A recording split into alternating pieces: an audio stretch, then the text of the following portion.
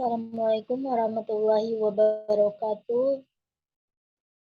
Kami dari kelompok 3 akan mempresentasikan hasil diskusi kami, yaitu tentang teknik penilaian autentik yang beranggotakan saya sendiri, Firma Putri, dengan NIM 2003-1009, dan rekan saya yaitu Irda Feni Triyanti Putri dengan NIM 19031085. Baik, pemaparan materi pada siang hari ini yaitu saya sendiri. Yang pertama yaitu ciri-ciri penilaian autentik. 1. Mengukur semua aspek pembelajaran, yakni kinerja dan hasil atau produk.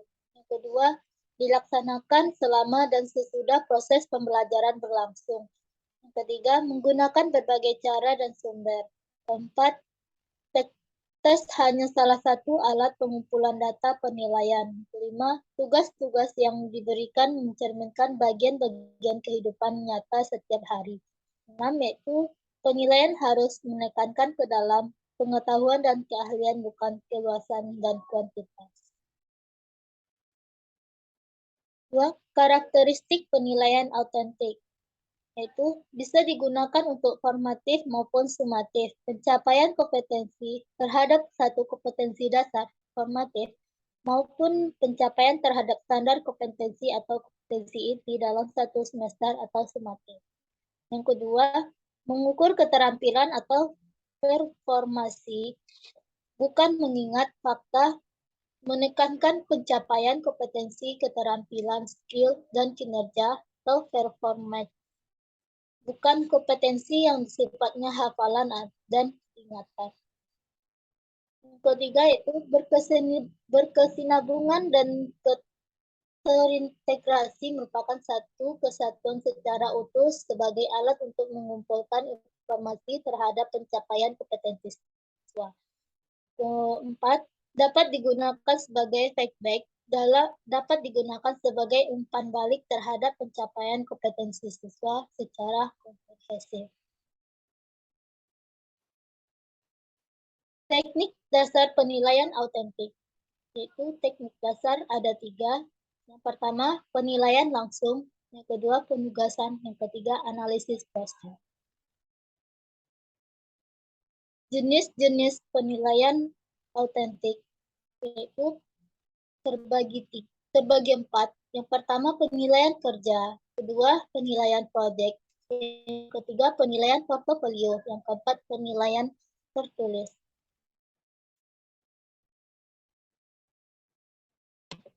Mungkin hanya itu yang dapat saya sampaikan.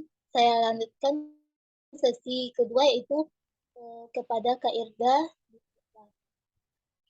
Baiklah, saya akan melanjutkan presentasinya, yaitu tentang teknik penilaian autentik. Teknik penilaian autentik terbagi 3, diantaranya ada penilaian kompetensi sikap, penilaian kompetensi pengetahuan, dan penilaian keterampilan.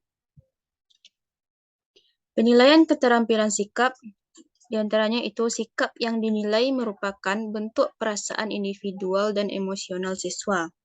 Harus cermat dan hati-hati karena skala sikap biasanya sulit ditentukan secara objektif.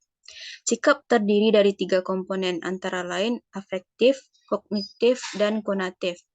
Pada penilaian sikap di kurikulum 2013 dibagi menjadi 2, yaitu sikap spiritual dan sikap sosial.